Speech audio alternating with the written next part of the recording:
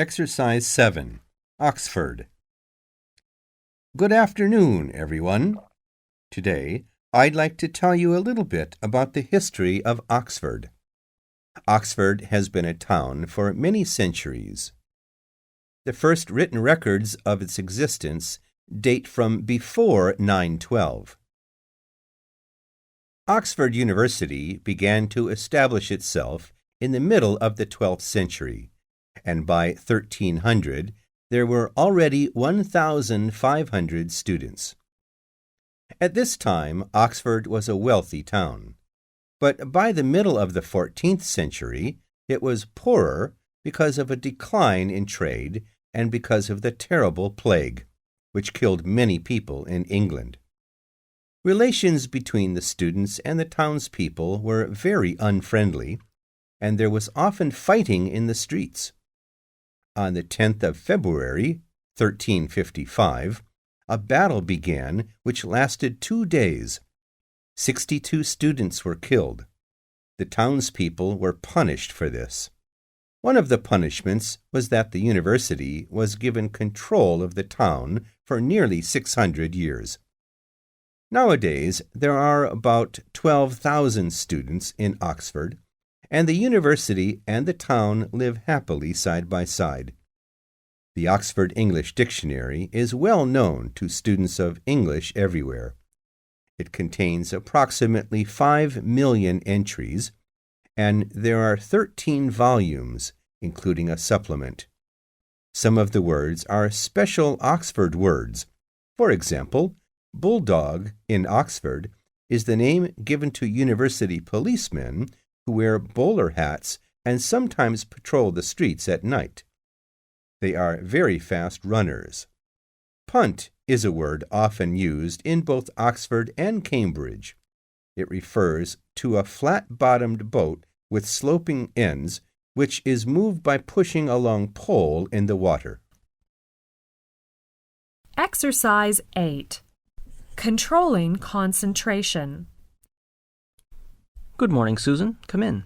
Good morning, Alan. What can I do for you? I've come for some advice.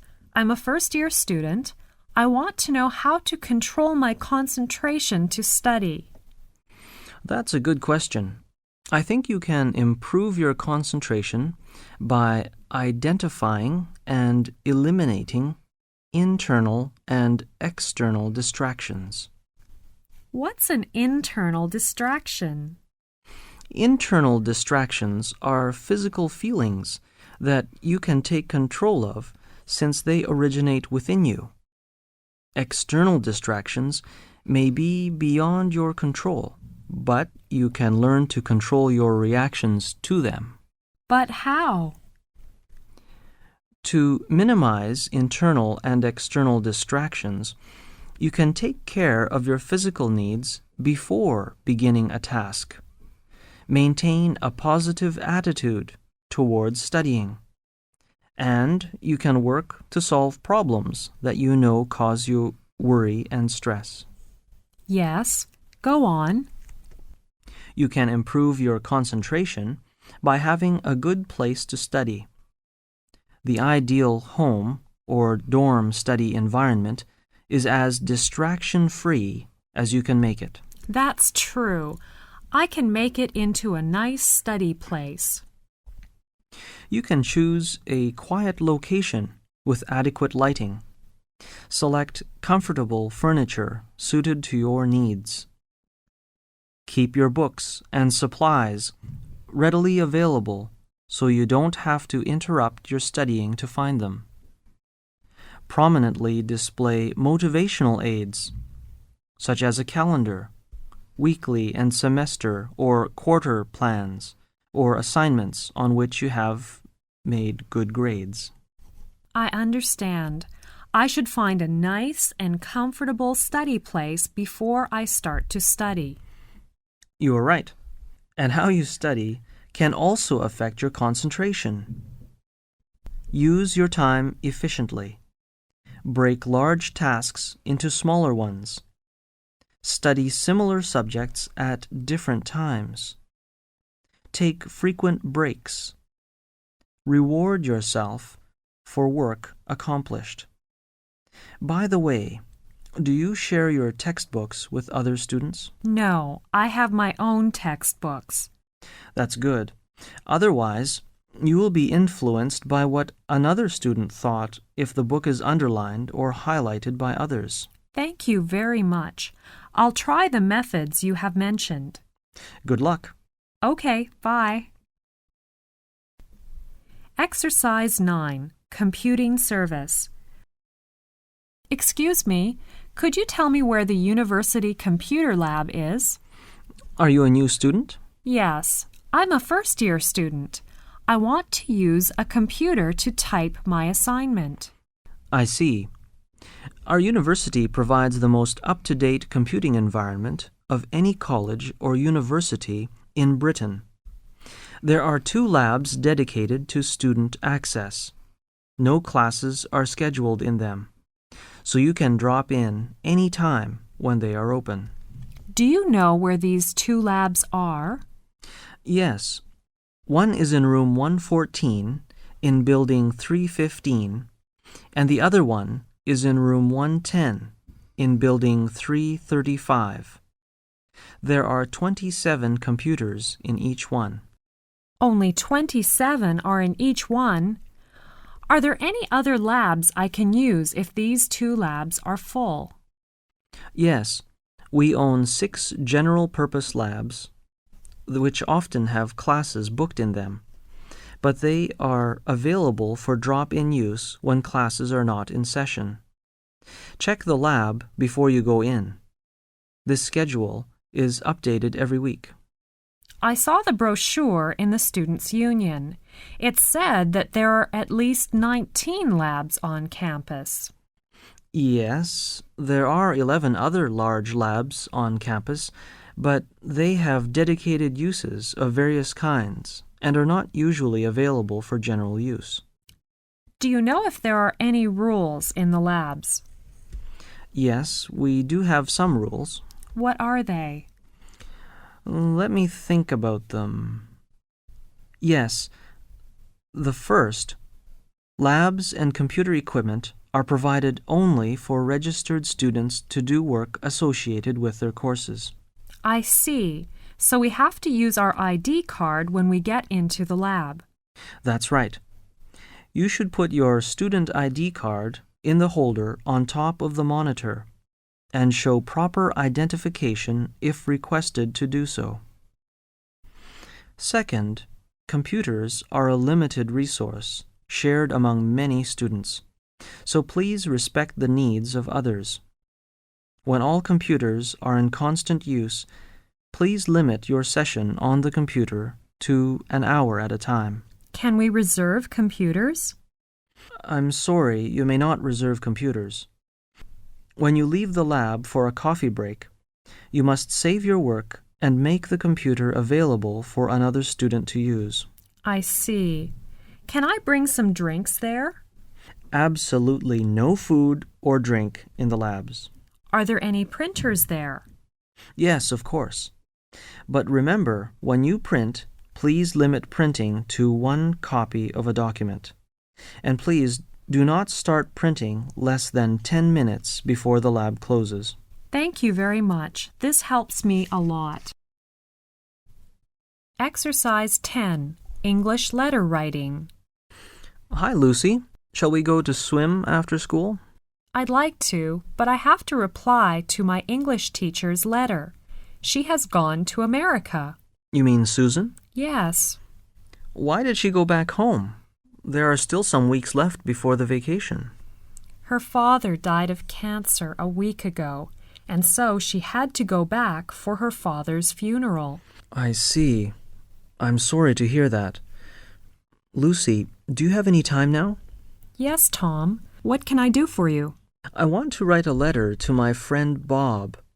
He went back to England yesterday and left his address for me, but I'm not sure how to write it. Okay. You know, English letter writing is different from Chinese writing. You should write your address in the top right-hand corner and write the date immediately below your address. Today is the 28th of March, 2002, so you should write the date below your address. That's really so different. We usually write the sender's address at the bottom of the letter, or write it on the left corner of the envelope. Yes, that's right. Remember, don't write your name before your address. Where shall I write my name? You should write it at the end of the letter. I see. Then, you should write the recipient's name and address on the left-hand side of the page. So I should write Bob's name and his address on the left-hand side? Yes, that is the formal way when you write business letters or official letters. But you don't need to write Bob's name and his address in an informal letter. Okay. What else? You must use Dear Sir or Dear Madam only when you don't know the person's name. How do I begin when I write to Bob? You should use his name directly. In the custom of English letter writing, don't begin with Dear Friend. I see. After that, I can start my writing. Is that right? Yes, you should begin the letter on the left-hand side, a little way inside the margin. At the end of your letter, write a short final sentence on a separate line. What should I write for the last sentence? Usually, people write like this: I'm looking forward to hearing from you soon, or I hope to hear from you soon. Then, end with Yours faithfully if you began with Dear Sir or Madam. In formal letters, if you begin with Dear Mr. X, you should end with Yours sincerely. I see. Don't use Dear Sir or Madam with Yours sincerely, or Dear Mr. X with Yours faithfully. But what shall I use for Bob's letter? You can use yours, best wishes, or love in informal letters depending on how well you know the person. Thank you very much for the help. With pleasure. I have to go now. See you soon. Goodbye. Exercise 11. How to become a confident student. Good morning, everyone, and welcome to our regular lecture on college study issues. This series of lectures is organized by the International Students Office. We want to help you, the students of this university, to cope well with the study and social life here. This series of lectures is designed to help you discover the ways in which you learn most easily and most enjoyably, and help you define your own goals and preferences as you embark on your college career and look ahead to life and work in the future. It includes discussions, illustrations, and easy-to-understand suggestions on ways to develop all the skills you will need to perform well in your classes and build confidence in your ability to learn. Some lectures will contain many ideas for strengthening a particular skill, but you can try out as many ideas as you like for studying. And also, you can adapt the ideas in the lectures to suit your own needs and personal learning style. Many students want to know how to be a confident student. It's a good question. Strategies for becoming a confident and successful student include making use of the 4 keys to success in college discussed in this lecture. 1. To assess your academic strengths and weaknesses. 2. To discover and use your learning style. 3. To sharpen your thinking and study skills. 4. to adapt to others' styles. Let's talk about the first one. To assess your academic strengths and weaknesses means to be realistic about what you are able to do. This will help you select courses in which you can succeed. This is the most important key when you enter college. The second key is to discover and use your learning style. This is another important key to your success. Use your 5 senses to help you take in information accurately and remember what you learn. Let your body's reactions tell you when you are most alert. Then try to plan your schedule accordingly. Know which learning environment you prefer, but be willing to adapt to others. Increase your level of motivation by developing an internal focus of control. A third key to your success in college is your effort to develop critical thinking and study skills. Making decisions, solving problems, using creativity, processing information, and reasoning logically are critical thinking skills involved in studying. All the important study skills you will need to develop or improve, such as how to take notes, listen effectively, read with greater comprehension, and prepare for and take tests, are covered in the next lectures. The fourth key is your willingness to adapt to your instructor's teaching styles. If you make an honest effort to learn, no matter how an instructor approaches a subject, then you will make efficient use of class time and develop good relations with your instructors.